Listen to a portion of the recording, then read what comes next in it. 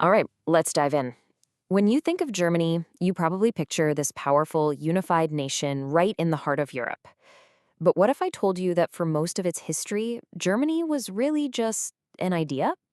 This is that story, a long and often brutal quest to find a single identity. So that brings us to the big question, right? When did Germany actually become Germany? The answer isn't buried in some ancient history book. Actually, it's way more recent than you might think. And figuring that out, well, that's the key to this whole story. You know, for centuries, you couldn't just point to Germany on a map. It wasn't really a country.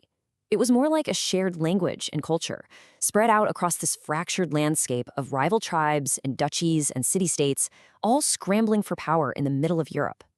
And the journey to becoming a single state? I mean, it was incredibly slow and full of stops and starts. It all kicks off way back in 89, with this legendary victory against the Romans that kind of helped define a Germanic people. But then, just look at the gaps in time here. It takes over 800 years just to get to a precursor kingdom, and almost a full millennium before Otto I even tries to create the first quote-unquote German empire. This was a foundation built on scattered pieces. And that first empire, that was the Holy Roman Empire. But you got to throw out any picture you have in your head of a unified country. This thing was a sprawling, decentralized patchwork of hundreds of different territories. It's why you have that famous joke that it was neither holy nor Roman nor an empire.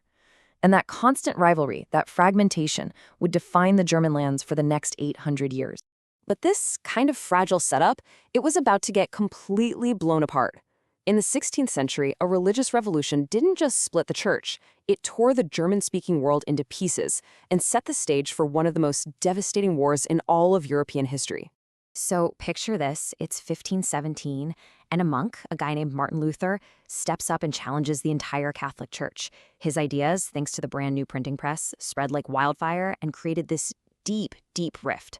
The German states basically split right down these new religious lines. You had the Catholics in the south and west, and the new Protestants in the north and east. This wasn't just a debate about faith, it was a political earthquake that completely redefined what it meant to be German. And that religious divide, it lit a match to a powder keg. The 30 Years' War turned into this brutal, continent-spanning conflict that was fought mostly on German soil. It just became this chaotic free-for-all as other countries poured in to fight for their own political and religious reasons. The human cost it's almost impossible to wrap your head around. A population drop of nearly 40%. Entire regions were just wiped out by starvation, disease, and armies running rampant.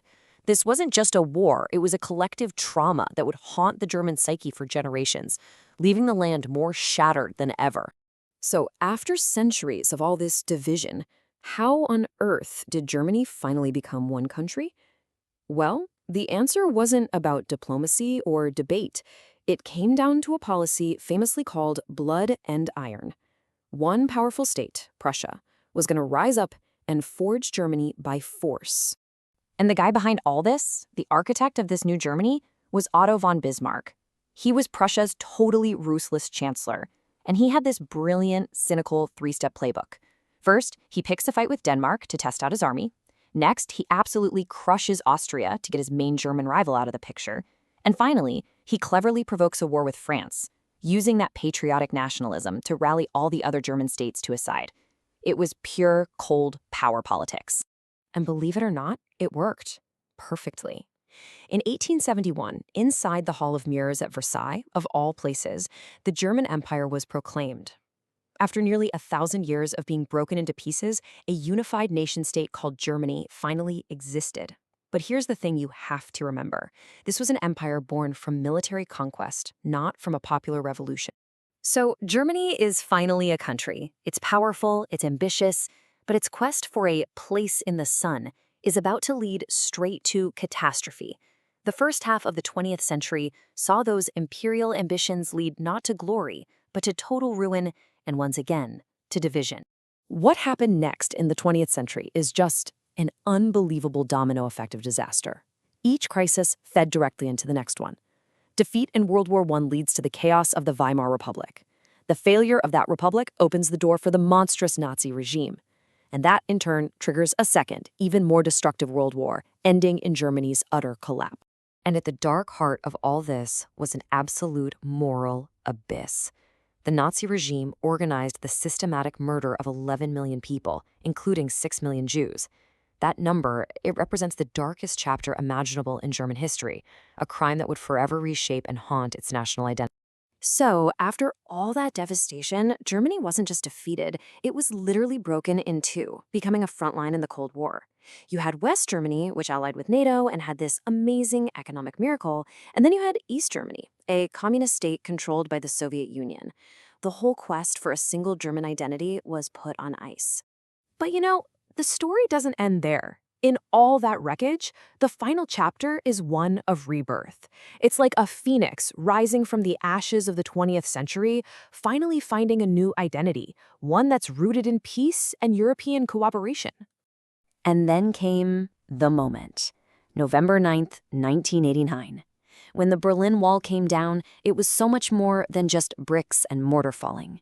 It was a signal that the Soviet Empire in Europe was collapsing, and that, unbelievably, Germany might just become whole again. And then, incredibly fast, within just a year, Germany was one country again. And what's so fascinating is the path this new nation chose. Haunted by its past, it deliberately turned its back on aggressive nationalism.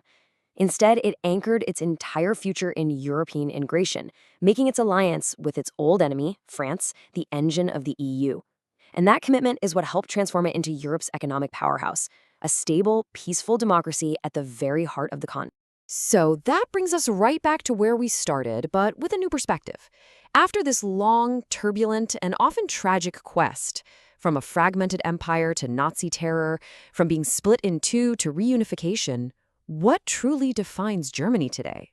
Is it the economic powerhouse we see? Is it its deep commitment to Europe?